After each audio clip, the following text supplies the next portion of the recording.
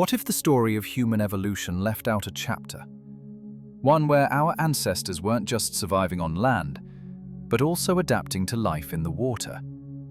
A theory that, if true, could change how we see ourselves.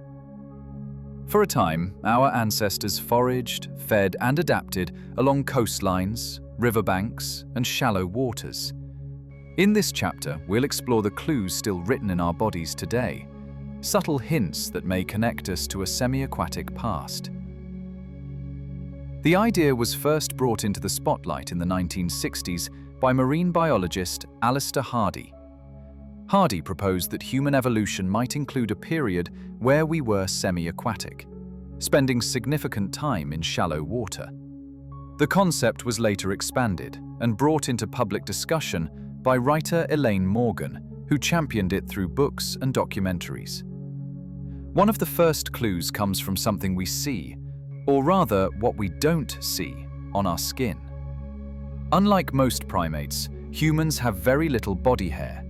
Some scientists argue that this is an adaptation for a more efficient aquatic lifestyle, allowing the body to move through water with less drag, similar to dolphins or seals. But body hair isn't just about insulation or display. It's part of a larger system, fluid regulation. Humans don't rely on panting to cool off, like most land mammals. We sweat a lot. Sweating helps control body temperature even in hot, humid, or physically demanding environments. Some researchers suggest this system may have evolved not only for running across savannas, but also for cooling down after prolonged foraging in warm, shallow waters. Then there's breath control. The average untrained human can hold their breath for about 30 to 90 seconds, but with training, that can extend to several minutes. Professional freedivers regularly exceed 4 minutes, and the world record with oxygen pre-breathing is over 11 minutes.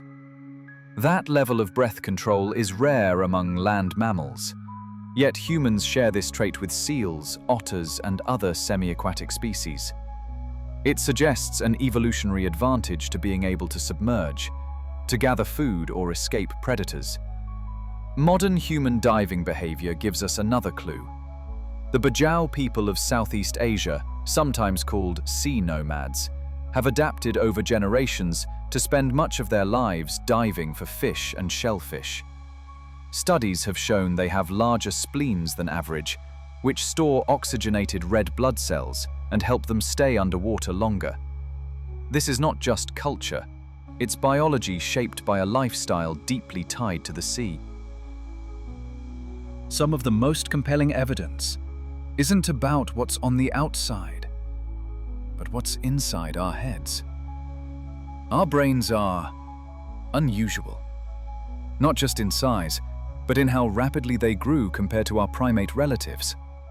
One theory is that this jump in brain size was fueled by a diet rich in omega-3 fatty acids, iodine, and other nutrients, abundant in coastal and river environments. These nutrients are critical for brain development, especially in the areas linked to complex thought and language.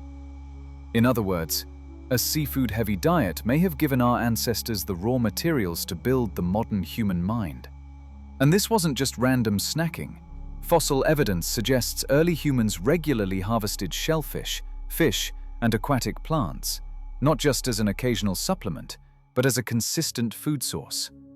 Coastal sites in Africa, dating back more than 150,000 years, show signs of organized seafood gathering. Middens, piles of discarded shells, tell the story of repeated harvests over generations. For humans living near the water, the benefits stacked up. Rich, calorie-dense food, fewer land predators to compete with, and an environment that encouraged both wading and swimming. These advantages may have shaped not only our bodies, but our brains. Of course, not everyone in the scientific community agrees with the aquatic ape hypothesis. In fact, it's often described as a fringe theory, fascinating, but not widely accepted.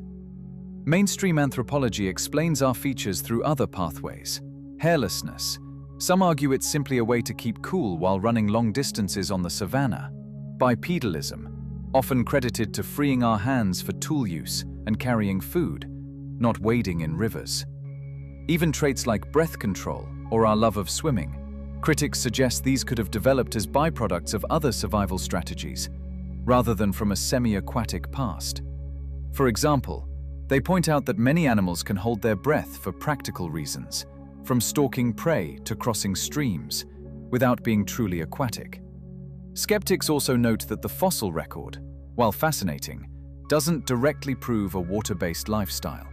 We find shells near human sites, yes, but that could simply mean humans collected food wherever they could, water or land. And in science, extraordinary claims require extraordinary evidence. For many researchers, the aquatic ape hypothesis still hasn't met that bar. Still, even within the mainstream, some agree it's an intriguing idea worth exploring. And in the end, the theory's greatest strength may be in sparking curiosity, not just about where we came from, but about the many paths evolution can take. If you enjoyed exploring the aquatic ape theory with me, I'd love to hear your thoughts and your counter-arguments. Could our ancestors really have been shaped by the sea? Or is this just a fascinating myth? Either way, we've only just started diving into the strange ideas that shape our history. So, if you want to keep exploring, hit subscribe and join me for the next deep dive.